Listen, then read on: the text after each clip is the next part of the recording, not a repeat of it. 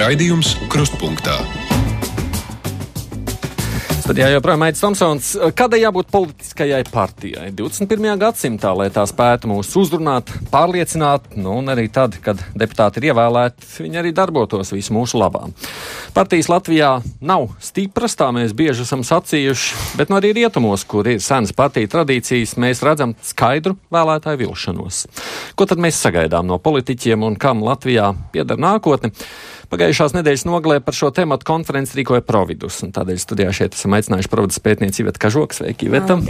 Šeit esam uzrunājuši arī jaunās partijas KPV LV vadītāju Arturu Skaimiņu. Sveiks! Labdien! No sirds Latvijai solīja jaunu politiku, bet tālāk par opozīciju nav tikusi partijas vadītāja Inga Sudraba. Sveicināti! Labdien! Vienotība bija pašā zenītā, tagad cer uz atjaunošanos. Mums bija sarunāts partijas priekšsēdētājs Andris Piebalgs, bet no vakar partija mainīja domas un deleģēja uz diskusiju Edvards Miltēnu, kurš vēlēšanās bija Piebalga konkurence. Sveicināti! Labdien! Un kā politisko partiju savulaika konsultantu mēs esam uzrunājuši Mārts Bendiku. Sveiks! Sveiki! Manuprāt, ir divi faktori. Es gribētu, lai mēs vispār šajā raidījumā runājam par Latviju. Mēs pārsvarā runāsim par Latviju, protams. Un, manuprāt, ir divi faktori, kas šobrīd ļoti ietekmē šo visu, kas Latvijā ir noticies. Pirmais ir tas, ka tādas organizācijas kā Dēlna un Providus, kuri visu laiku ir bijuši pietuvināti varas elitei un aizstāvējuši viņu, arī ir pirmkārt atbildīgs, līdzatbildīgs tajā, kas šobrīd Latvijā notiek. Atceramies kuģniecības pasākumu, Kažokas kundze, pagaidiet, nepārtraucieties, jūs nepārtrauc. Kuģniecības pasākumu, kur Dēlna kontrolēja un beigās kuģniecību ieguva Lemberga kungs ar Šķēles kungu, manuprāt. Tagad ir gadījums ar Kapu tramvaju, kur ir 100 miljoni eiro un 300 000 Dēlna tagad kontrolēs kaut gan Liepājā par to pašu 3,6 km distanci var tramvaju uzbūvēt par, manuprāt, 11 miljoniem. Bet, un tagad nemānaties, lūdzu, Kažokas kundze. Pagājušo gadu jūs jau te reklamējāt, pagājušo nedēļu jūs reklamējāt, jums bija šī te saucamā konference, ja, kur tika jūs personīgi vienam no KPV valdes locekļiem pa telefonu teicāt, ka Kaimiņkungs nekādā gadījumā nedrīkst ierasties uz šo konferenci, kaut gan tēma bija par jaunajām partijām Latvijā, jo Kaimiņkungs nav kontrolējams, Kažokas kundze. Tie bija jūsu vārdi, un ja jūs man tagad melosiet, es jums atskaņošu telefonu sarunas ierakstu. Bet otra lieta, ko es gribētu pateikt, tad tā pirmā lieta ir tās organizācijas, kas ir bijušas pietuvināts politiskai elitei, vienotībai šajā gadījumā.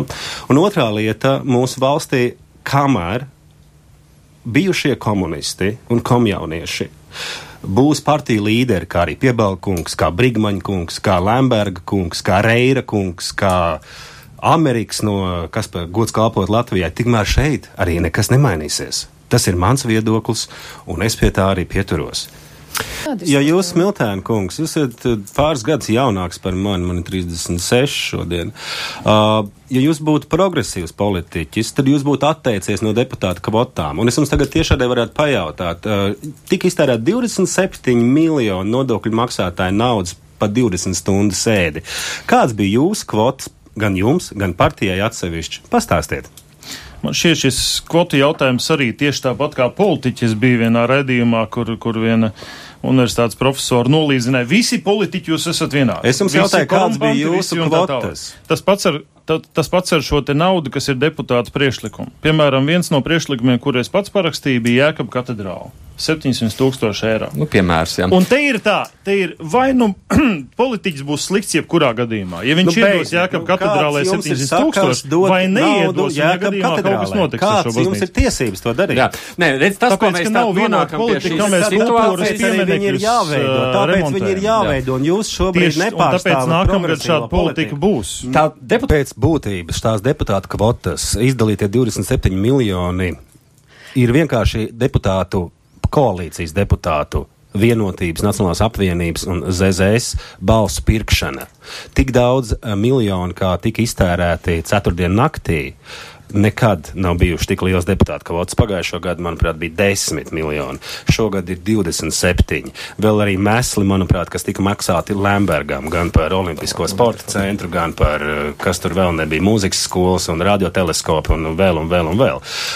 Jūs esat Smiltēna kungs, šobrīd jūs esat atbildīgs par to, ja jūs pārstāvat Vienotību. Jūs šobrīd esat vienīgais šajā studijā, kurš pārstāv koalīciju, kas, manuprāt, ir izlaupījusi valsts kasi. Tā galvenā doma ir tāda, ka mums ir jānomaina politiskā vide valstī, mums ir jānāk ar jauniem cilvēkiem politikā, un mums ir jānāk cilvēkiem, kas ir sazemē ar zemi, kas ir tā lieta šobrīd, tikai cilvēkos. Un tie cilvēki, kas arī ir ar saturu. Ja viņš ir vienkārši, tā kā Sudrabs kundze teica, ka bija tādi dreifētāji no vienas partijas uz otru, no trešās, bija tā taisnība, jā. Ir vajadzīgs šim cilvēkam arī saturs. Un lai viņam ir sajēga par to, ko viņš pats grib. Par kolēģiem izskoties, Sudrabs kundzei ir saturs, ja drīkstāt pajautāt. Sudrabs kundzei, man ir viedoklis tāds, ka jūs, Sudrabs kundze, patiesībā manās acīs pārstāvat to otru pusi, ko es teicu par tiem komunistiem, kas ir, ka jātiek no tiem komunistiem vaļā. Jo jūsu reklāmas kampaņa, jums ir deputāts, kā viņam ir uzvārds, kurš visu laiku ir atvaļinājumā jau no septembra, Mežeckis. Un Mežeckis ir bijušais vīrs Grigulei. Un Grigulas reklāma taisīja Mežeckis, manuprāt. Un tā ir viens pret vienu ar tādu pat reklāmu, kā jūsu reklāma. Tātad saturs nav derīgs. Bet mēs taču runājam par kaut kādām atšķirīgām lietām. Un tagad vakardien, ko mēs redzējām visi, ka Griguli nobalsojusi tā kā saskaņas deputāts Eiropa parlamentā tas ir pār Krievijas propagandu. Respektīvi, tagad jau aiziet visi šie te sarunas sociālajos tīklus un tā tālāk, kad no partijas viņi tiks izslēgti un tā tālāk. Jūs, es domāju, Sudrabs kundze vienkārši pildat opozīcijas lomu. Manuprāt. Tāpēc, ka tā, ka bija jābalso par Savčenko, pieņemsim par to, ka mēs atbalstām šīs te lidotāju Savčenko aizstāvību, tad jūs, manuprāt, palīdāt zem galda. Es vienkārši gribu pateikt, lai kādam te nerodās pārpratumi, jo Grigula nav nekādā veidā nosirds Latvijai vai biedre. Viņa kas taisīja reklāmu? Zaļo zemnieku savienības biedre. Un vēl, lai neapvainotu tagad Romānu Mežecki, lai viņam laba veselība, bet diemžēl viņš jau 3 mēnešus ir. Ir Spānijā. Nē, viņš nav Spānijā, viņš ir slims Latvijā. Jā. Un, diemžēl, nevar piedalīties parlamenta darbā, tā kā tikai labu veselību viņam var novēlēt. Es atbildēju uz Aidi jautājumu. Un es domāju, ka atkal šeit jau parādās tas primitīvisms, par ko mēs runājam. Mēs runājam par saturu, tad man liekas, mums jārunā par to darbu kaut vai, kas tiek darīts parlamentā. Kāda ir katra iesniegtie priekšlikumi, kādas ir kura diskusijas, izvirzītās idejas un viss pārējais. Jūs vēstule veselības ministrē par to, kas noticies ar Stradiņiem, burvīgi lieliska vēstule pa tēmu. Tas, ka jūs kopā ar mani ceturtdienu neatbalstījāt šīs deputātu kvotas un nebalsojāt par viņām, paldies, tas tiešām ir ļoti labi. Es tiešām to novērtēju. Tas, ka jūs viena pati tur cīnaties, un es saku, ka jūs esat viena pati. No tā NSL jūs esat viena pati. Es tā tiešām domāju. Es neredzu jums līdzgaitnieks tur. Jā, tas šobrīd aizstāvat arī publiskā telpā sava sponsora Re&Re intereses. Kādā sakarā sponsora? Es jums izstāstīšu, kādā sakarā. Redziet, ir politika, kas balstās uz faktiem, un ir politika, kas balstās uz skaļiem paziņojumiem. Vai Re&Re bija atbildīgs Maksims traģēdijā? Bija vai nebija? Bija atbildīgs. Kā var būt tā, ka pēc 3 gadiem neviens no tiem īpašniekiem nav neapcietināts, ne akcijas viņiem ir man ir jautājums tāds. Vislielākais. Viņiem ir valsts pasūtījumi pa 50 miljoniem. Vai Re&Re nav jūs? Galvenais ir skaļi virsraksti, saturs un fakti nulle. Mums ir bez faktu politika šobrīd. Tātad jūs gribat teikt, ka Re&Re nav sponsori Vienotībai, ka Kampars nav nekādos darījumos ar Re&Re. Man nav nekādas informācijas par to, ka partija... Es atgādinu, šeit studijā ir Artus Kaimiņš no KPLV, no Providas, Iveta Kažoka no Sirds Latvijā, Ingūna Sudraba, Vienotība, Edvards Smiltēns un kā politisko partiju konsultants bijušais Mārts Bentiks. Bet populisms tas nav lāmu vārds. Tas ir tauta pret varas elitēm. Tas ir tas. Un tas ir tas, kas viss tajā kas ir šajā te plaisā. Visi šie jautājumi, kas ir cilvēkiem tagad šeit un tagad svarīgi, tie ir tie svarīgie jautājumi. Un jūs man nesakiet, ka tā nav taisnība. Tas nepārtraukt samazinās. Šīs sistēma vispār interesē mazākumu. Bet pie viss ir jāpieņem tas klāt, ka svarīgi ir izglītība, ir jāizglīto vēlētājs. Un to var darīt dažādos veidos. Pirmkārt, to var darīt valstiski, netērējot 27 miljonus, bet iedodot to izglītībai, pieņemsim, kas ļoti lieti noderētu. Bet nē, tiek, kā jūs teicāt, katedrālēm jumti vai kas taisīt. Vai pieņemsim, tiek kaut kādā veidā cilvēkiem pastāstīt par mēdījiem kaut kas kuram oligārham, kurš mēdījis pieder, lai zinātu, ka tur būs tikai vienīgi viena tendenciozā uz informāciju vai savādāk. Mūsu uzdevums, es tā uzskatu, KPV uzdevums ir izglītot vēlētāju, jo par to ir jārunā. Un nevar izdarīt tā, teiksim, Sudrabas kundze, ka vienkārši uzliek nepazīstam cilvēku uz autobusa aizmugurējā stikla, teiksim, Griguls variantā. Viņš ir braukā pa visu Latviju un pēkšņi viņu ievēl, un neviens viņu nekad nav redzējis. Bet tas arī parāda cilvēku izglītotību. Tas ir tas, zem kā cilvēki parakstās, kam viņi notic, vai ko viņi uzskata tajā brīdī sev par svarīgu.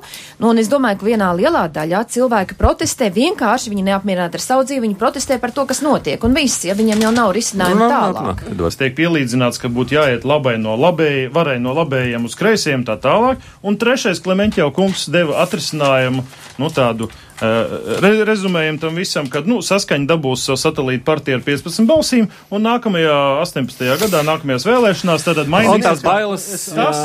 Es pabeigšu, tas ir būtiski, es pabeigšu. Jā, jūs visu laiku pabeidzat. Kaimiņkungs respektē.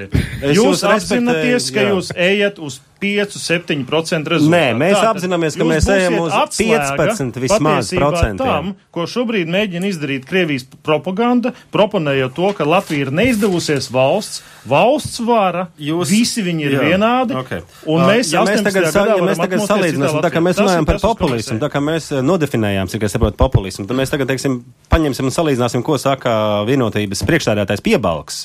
Un salīdzināsim, ko saka KPVLV priekšsādātājs Kaimiņš. Tas būs viens un tas pats. Tikai tas, ka Vienotība ir pie vārds bijusi vairāk. Gribat ilgāk, respektīvi. Jūs principā neesat aizstāvējuši nodokļu maksātāju intereses. Tie ir tie, kas jums maksā naudu, algu. Smiltēna kungs. Bet es jums iedošu precīzi. Un, ziniet, es jums iedošu zelta padomu. Un pavelti. Jūs gribat, lai Vienotība restartējās? Gribat? Tiekat vaļā no Āboltiņas, no Kampara, no, kas jums Zaķis tur vēl ir, tiekat vaļā no Reira, tiekat vaļā, varbūt pat no sevis, jūs esat Āboltiņas skolnieks un labā roka. Principā visi šie cilvēki, jūs nebalstaties ne uz kādiem faktiem. Jums ir galvenais personīgi apvainot kādu, un jūs nebalstaties ne uz kādiem faktiem. Vai šobrīd radio klausītāji par Āboltiņas kundzi neko nejautā? Vai tiešām, vai jums liekas, ka Kampara kungs, vai piemēram Dombrovska kungs, vai ne, kurš ir atbildīgs politiski un morāli atbildīgs Maksims traģēdijā. Tālāk, es atvainojos, man jums sauktos cilvēks, no kuriem ir jātiek vaļā, lai Vienotība restartētu. Doma skaidra. Nošakal kungs nav atbildīgs. Tagad man ir 6-7 minūtes, un es tagad gribu vilkt uz beigu galu. Viņš arī atbildīgs. Vienu lietu, ko mēs secinājām. Jā, es zinu, ka jūs varēsiet ārā turpināt savstarpēji. Tā. Veikos Pulīts ir atvainojies 16,000 eiro. Viņš ir Vienotības frakcijā. Viņš sēž, jūs viņu aizstāvāt. Jūs balsojāt par viņu, lai neizdotu viņu tai sodīšanai. Labi, viss, paldies. Es jūs pārtraukšu, man būs jāatslēdz mikrofonu. Jā, mēģinot brīdināt par to, kas var notikt. Abrahams Linkolns, no ASV, tad viena no vecākajām demokrātijām, viņš teica, ka Amerika nekad netiks iznīcināta no ārpuses. Ja mēs pakritīsim, pazaudēsim savas brīvības, tad tas būs tikai tādēļ, ka mēs būsim paši iznīcinājuši sevi. Tādēļ es ceru, ka uzvarēs saprāts, nevis populisms, ka mēs nosargāsim demokrātiju, brīvību, piederību Eiropai. Tas arī ir Linkolna citāts. Tas ir tālāk bija viņa citāts. Es secinu tā beigās, jo man ir jābeidz raidījums, man ir iespēja pateikt savu galvādu. Tomēr mums ir dumji vēlētāji, to gan neteiksim. Tas, ko mēs redzējām dažādas viedokļas šajā ziņā. Tas, ko es secinu no jums, sakot, ka priekšā ir tāda turbulence, ne tikai Latvijā, bet Eiropā, svarīgi ir forma. Bet vēlētājs, man šķiet, ka vairums saka, ka vēlētājs tomēr pietiekoši gudrs un ilgtermiņā skatās arī uz ilgtermiņu labumu nekā uz īstermiņu. Es gribētu cerēt arī tam, ko saka Sudrabas kundze, ka tā tas ir. Paldies jums, ka atnācāt. Jums ir visas iespējas saukt un nepanākt to, ka mēs iznīcināmies. Es gribētu būt optimists. Tā varbūt arī ir tāda lieta.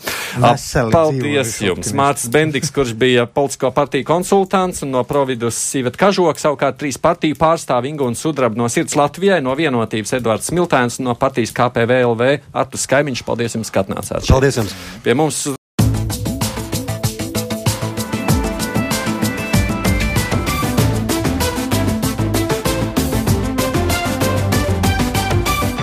Raidījums Krustpunktā.